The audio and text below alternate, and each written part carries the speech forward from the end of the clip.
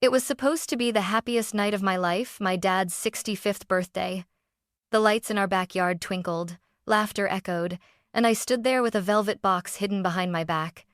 Inside was a single key to a penthouse overlooking Seattle's skyline. My father had spent his whole life fixing other people's broken lights.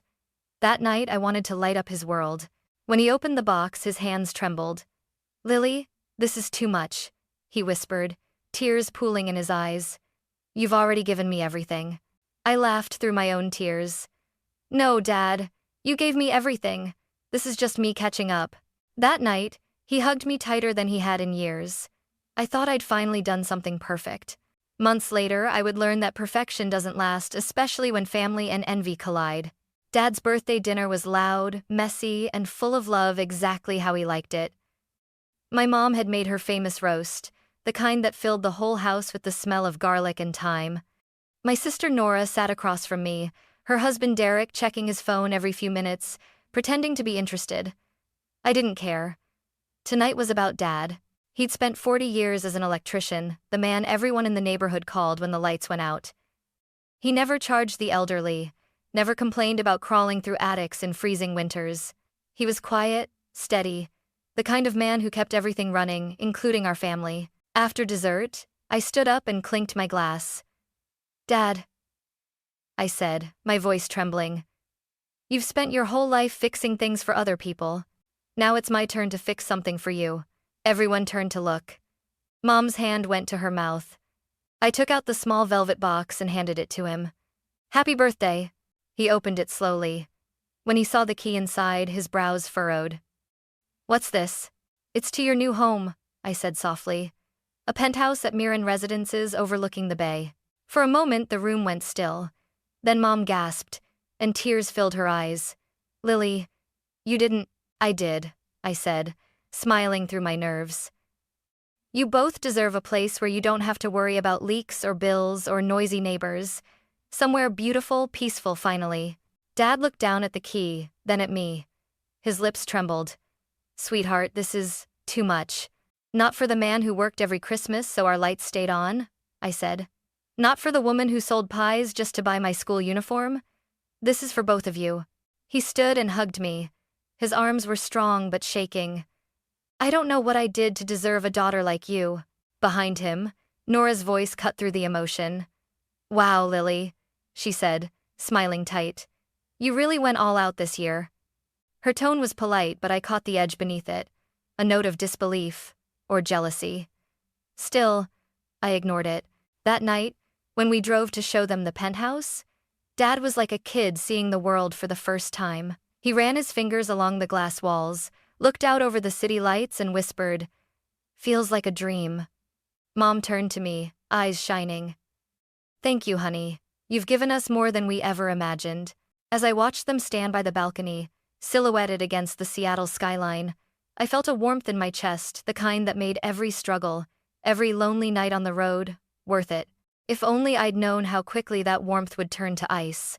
For the first few months, everything felt exactly as I'd hoped. Every Sunday morning, I'd wake up to a video call from Mom. She'd sit on the penthouse balcony wrapped in a soft shawl, the wind teasing her gray hair. Behind her, the skyline shimmered like glass and gold. "Your father's obsessed with the espresso machine," she'd laugh. "He makes 4 cups a day and still forgets to clean it." Dad would appear in the background, pretending to be offended. "At least I'm learning, Lily. You should see me pressing all these fancy buttons." I'd laugh, my heart light. That apartment had become everything I wanted for them: comfort, pride, safety. They finally looked like they were living the life they'd always deserved. Nora called occasionally too, though never to talk to me. She'd text Mom pictures of her kids, complain about her mortgage, or mention how far her commute was from the suburbs. Mom, in her gentle way, always invited her to visit the penthouse. "There's space for everyone," she'd say. I should have known that sentence would be the start of everything. Work took me away: speaking events, conferences, flights to London, Sydney, Berlin. I was living my dream. Yet part of me longed for those quiet mornings with Mom's laughter and Dad's silly coffee jokes. Then, one week, their calls stopped. At first, I thought it was nothing. Maybe their Wi-Fi was down. Maybe they were busy visiting Nora's family. But when a week turned into 2, unease crept in. My messages stayed unread. Calls went straight to voicemail. One evening, exhausted from a flight, I decided to check the building's management office. I wanted to make sure everything was okay, maybe Dad had changed numbers again. "Hello," I said over the phone. "This is Lily Blake, co-owner of Unit 4207. I'm trying to reach my parents." The woman on the other end paused. "Oh, Mrs. Wallace?" I froze. "I'm sorry, who?" "Mrs. Wallace, the current resident. She and her husband moved in about 6 weeks ago." For a moment, I couldn't breathe. Wallace was Nora's married name. "I think there's a mistake," I managed to say. "This property belongs to my parents, Isaac and Mary Blake." The receptionist's voice softened, unsure. "I'm sorry, Miss Blake. The files show the previous tenants moved out voluntarily. Everything's in order." Voluntarily? My parents would never leave without telling me. As I hung up, my hands trembled. Outside my hotel window, London's lights flickered bright, distant, meaningless. Something was wrong. Terribly wrong. And I knew, right then, that no flight, no distance, no success in the world could keep me from finding out what my sister had done.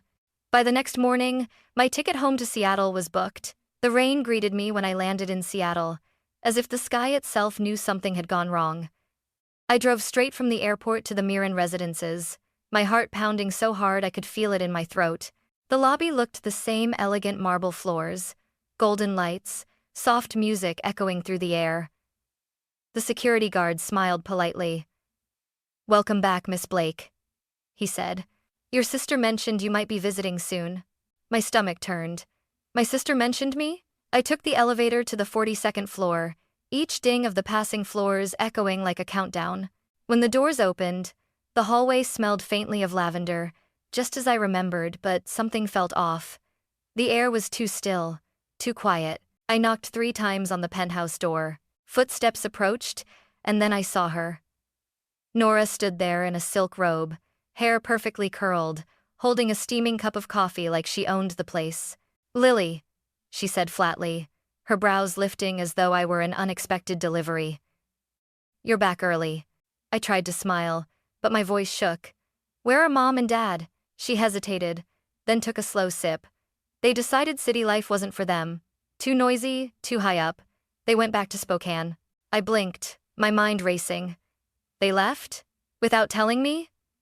Her husband, Derek, stepped out from the kitchen wearing Dad's old cardigan. The sight made my chest tighten. He leaned against the counter casually. "They asked us to stay here for a while," he said. "Said they wanted someone to keep the place tidy." "Tidy?" I repeated, my tone sharp. "This is their home." Nora smiled, the kind of smile that didn't reach her eyes. "They said they weren't comfortable here, Lily. You know how Dad hates elevators." I looked past her. The apartment was spotless, the white leather couch gleamed, the dining table sparkled, but something vital was missing. No scent of Mom's cinnamon candles, no newspaper by the window, no warmth. It felt like a stranger's house. "I want to talk to them," I said firmly. "Where exactly are they staying?" Nora shrugged. "Back in the old place, I think. They didn't say much before leaving. Honestly, you should have seen them, they looked relieved." "Enley, it's not no bray." The lie slipped out of her mouth too smoothly. I could hear it in her tone, that slight tremor she always had when she was bluffing. My throat tightened. You kicked them out, didn't you?" She laughed lightly. "Don't be dramatic. They left on their own." But as I stood there, looking at the penthouse that once symbolized love and gratitude, I realized something far darker had taken root. My sister wasn't just visiting, she had taken over. And whatever she'd done to drive our parents out, I was going to find out no matter what it cost me. I didn't sleep that night, I just drove. The rain chased me along the highway like an accusation, splattering the windshield in angry bursts. Every mile closer to Spokane felt heavier, darker. I replayed Nora's smug smile in my mind until it made my stomach twist. When I finally pulled into our old neighborhood, the world was quiet. The little wooden house where I grew up sat in darkness. The curtains were drawn. The porch light, the one Dad never forgot to turn on, was dead. I ran up the path and knocked. Once, twice, harder. "Mom? Dad?" My voice cracked in the cold night air. No answer. I circled to the back, hoping to see their shadows through the kitchen window, but everything was empty. Only a faint smell of damp wood and dust. "Lily?" a shaky voice called.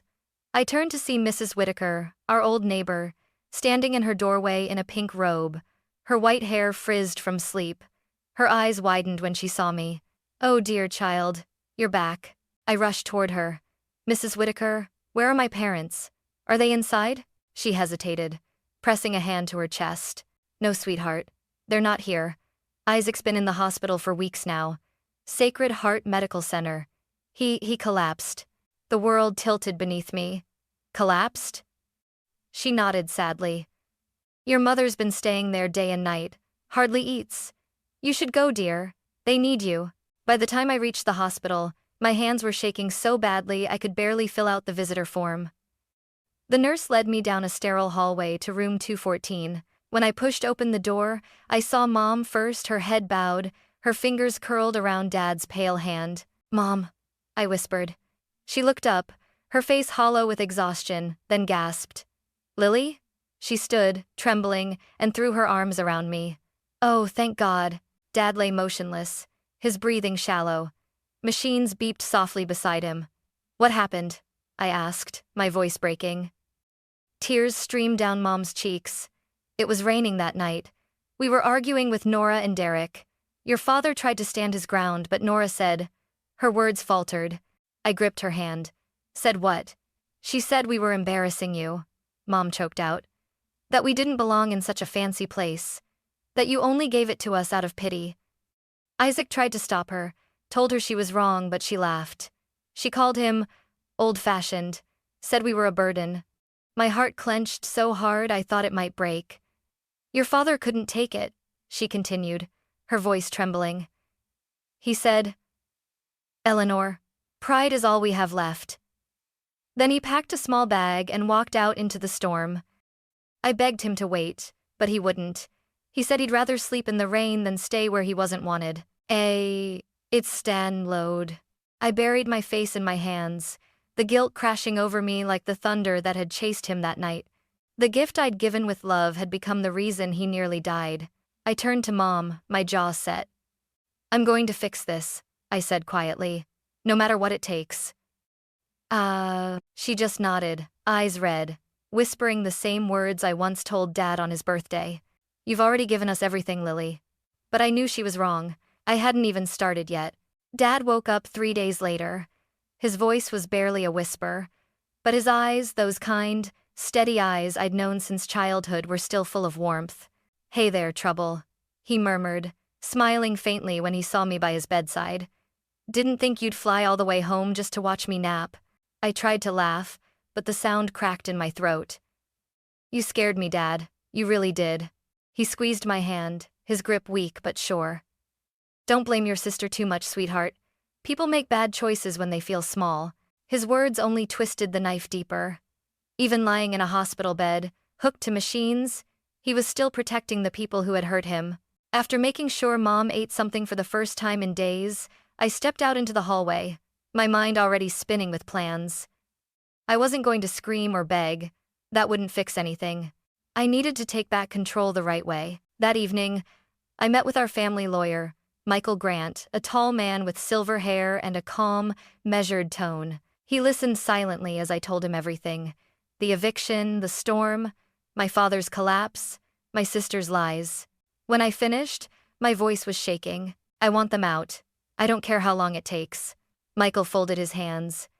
"You and your father are co-owners of the Penthouse, correct?" "Yes," I said. "But he's not well enough to handle this." "Then you'll need power of attorney," he replied. "Once your father signs it, we can begin the process of eviction. But be patient, Lily. If you act too quickly, they could twist the law against you." I nodded, swallowing my frustration. "I'll wait, but I'm not letting this go." The next week passed in a haze of hospital visits and paperwork.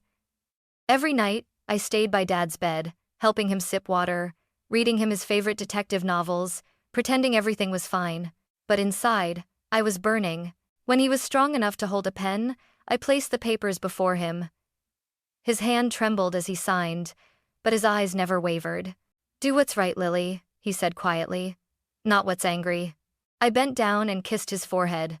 I promise.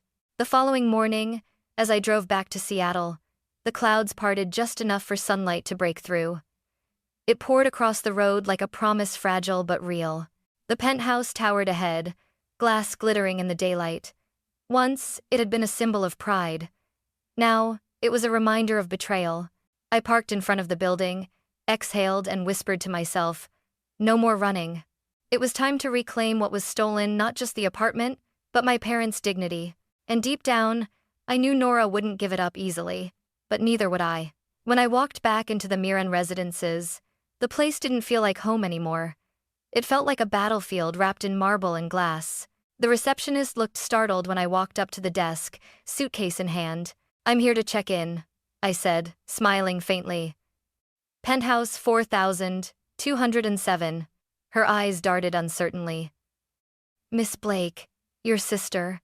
"I'm a co-owner," I interrupted softly, sliding my ID and copy of the deed across the counter. "Please inform security that I'll be staying indefinitely." By the time the elevator reached the 42nd floor, I'd steadied my breathing. This wasn't about revenge. It was about justice. When the door opened, Nora appeared, her hair in a towel, irritation already twisting her face. "What are you doing here?" I rolled my suitcase inside without asking. "Living in my home." She blocked my path. "You can't just—" "I can," I said coolly. "And I will." Over the next few days, I made my presence impossible to ignore. I woke up at dawn, brewed coffee, and turned on the jazz station Dad loved. I scheduled maintenance crews to check the air vents, the plumbing, the heating, every small thing that could possibly need attention. The hum of drills and the clatter of ladders echoed through the penthouse from sunrise to noon. Derek complained first. "You're making this place unlivable." I looked up from my laptop and smiled sweetly. "Just keeping things up to standard. You know, co-owner responsibilities." Nora was worse. She stormed around the apartment, slamming doors and muttering under her breath. Once, I caught her whispering to Derek in the kitchen. "She's doing this on purpose. She wants to drive us out." She was right. Every move I made was precise, lawful, and utterly suffocating. I transferred all utility accounts to my name. I spoke with building management, informing them that any repairs or permissions now required my approval. The power dynamic had shifted quietly, invisibly but completely. Then came the eviction notice. Michael, my lawyer, filed it under my father's authorization. A neatly worded document, polite yet firm. 7 days to vacate the property or face legal enforcement. I found Nora reading it at the dining table when I came home that night. Her hands trembled as she reached the final line. Derek hovered behind her, pale and silent. "This is a joke, right?" she said finally, her voice brittle. "No joke," I said, setting my bag down. "You wanted to live like owners. Now you can deal with the paperwork that comes with it." "You're pathetic," she spat. "You think this makes you better than me?" I looked at her, really looked at her, and for the first time, I didn't see my sister. I saw a stranger who'd traded love for envy. "No," I said quietly. "It doesn't make me better. It just makes me done." The next morning, Nora avoided me entirely. She stayed in her room, curtains drawn, while I opened every window and let the sunlight flood in. For the first time in months, the apartment smelled like fresh air instead of bitterness. 7 days. That was all they had left, and I was finally breathing again. The final day felt unnervingly calm, like the air right before a thunderstorm. I could feel it humming under my skin. 7 days. 7 days since the notice was served. 7 days of silence from Nora and Derek. And tonight, it was about to end. Rain streaked down the windows in angry rivers as I sat alone in the penthouse living room. Lights dimmed, waiting. The apartment was spotless again, but it didn't feel like peace. It felt like a stage before the curtain drops. The door burst open at 8:47 p.m. Nora stormed in, her hair soaked, eyes bloodshot, a wrinkled envelope crushed in her hand. Derek followed behind her, suitcase half-zipped, face pale. "Are you happy now?" she shouted, her voice echoing off the glass. "You finally got what you wanted, didn't you? Mom and Dad on your side, me out in the rain, everyone praising perfect Lily again." I stood slowly. "This isn't about sides, Nora. It's about what you did. She let out a bitter laugh. Oh, please. I didn't do anything you wouldn't have done. You bought them this penthouse just to show off. Don't act like it was some grand act of love. I took a step forward, my voice trembling but steady. You really think that? That I went into debt just to outshine you? You didn't do it for them, she hissed. You did it for yourself. So everyone could look at you and say, she's the good daughter. Her words hit harder than I wanted to admit. Somewhere deep inside, maybe I had been trying to prove something. But that didn't excuse her cruelty. I made mistakes, I said quietly, but I never would have humiliated them the way you did. You called them a burden, Nora. You told Dad he didn't belong here. You broke him. She flinched, the corner of her lip trembling. He shouldn't have argued with me. I was trying to protect him, protect us from embarrassment. Do you have any idea what people said? That we didn't belong in a place like this. That the Blakes were just small-town nobodies. I felt my heart twist. So, instead of proving them wrong, you decided to prove them right? By throwing your parents into a storm? Don't twist it, she screamed, voice cracking. You weren't here. You have no idea what it was like living under the shadow of your success, hearing Mom brag about her golden child every single call. The thunder outside boomed as if echoing her rage. I took a deep breath, fighting the lump in my throat. You think I haven't felt small too? You think I don't carry guilt every time I get on a plane while they're alone at home? I wanted to make it right, Nora. That's all I ever wanted. Her expression faltered, tears mixing with the rain dripping from her hair. You always make it sound so easy, she whispered. Like love fixes everything. I stepped closer, lowering my voice. It doesn't. But it's all we had left and you threw it away. For a long moment, she said nothing. The storm howled against the windows. Derek shifted uncomfortably behind her, his hand tightening on the suitcase handle. Finally, Nora's shoulders slumped. You win, she said hoarsely. Take your stupid apartment. Take your parents' love. I'm done fighting for scraps. She turned to leave, but I caught her wrist gently. Nora. She looked back, eyes red, face twisted between hatred and heartbreak. I never wanted to win, I whispered. I just wanted my sister back. For the first time in years, she didn't have an answer. Her lip quivered, but she said nothing. Derek placed a hand on her shoulder. Come on, he murmured. They left without another word. When the door closed, the silence hit me like a punch. I sank onto the sofa, tears spilling freely, the city lights flickering beyond the glass. My chest ached not from victory, but from loss. I glanced toward the balcony where Dad once stood, looking at the skyline like it was his miracle. I could almost hear his voice again. You can fix a light, Lily, but not a heart that's burned itself out. The storm raged on outside, lightning tearing across the sky. And as I sat there, surrounded by everything I thought was worth fighting for, I realized something profound. The hardest part of love isn't losing it. It's choosing to let it go. The next morning, Seattle was quiet again. The storm had passed, leaving puddles that shimmered in the sunrise. The city looked cleaner, lighter, as if even the sky had decided to start over. I stood by the balcony, staring down at the wet streets below, my reflection ghostly in the glass. The penthouse was finally silent, truly mine, but it didn't feel like victory. It felt hollow. Boxes were stacked by the wall. The movers would arrive in an hour. I'd already made the decision. The penthouse wasn't my parents' dream anymore, and it had stopped being mine the moment it became a battlefield. When I walked through its empty rooms one last time, I could still see the ghosts of what should have been, Mom arranging flowers by the window, Dad tinkering with the lamp, both of them laughing about how fancy it all was. I touched the countertop where Mom used to roll dough during her visits and whispered, I'm sorry. That afternoon, I met with Michael Grant, my lawyer. The sale went through faster than I expected. Are you sure about this? He asked gently, signing the final page. I nodded. Some things you let go of to heal. This place is one of them. He smiled faintly. Your father would be proud of how you handled this, Lily. I hope so, I said softly. But I don't think pride is what I'm chasing anymore.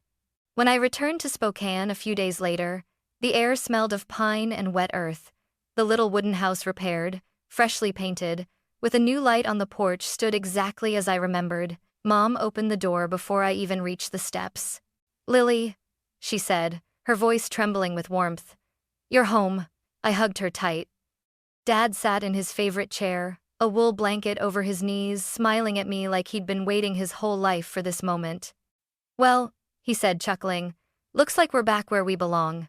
I knelt beside him, resting my head on his shoulder. "I sold the penthouse, Dad. I'm sorry." He chuckled again, patting my hand. "Don't be."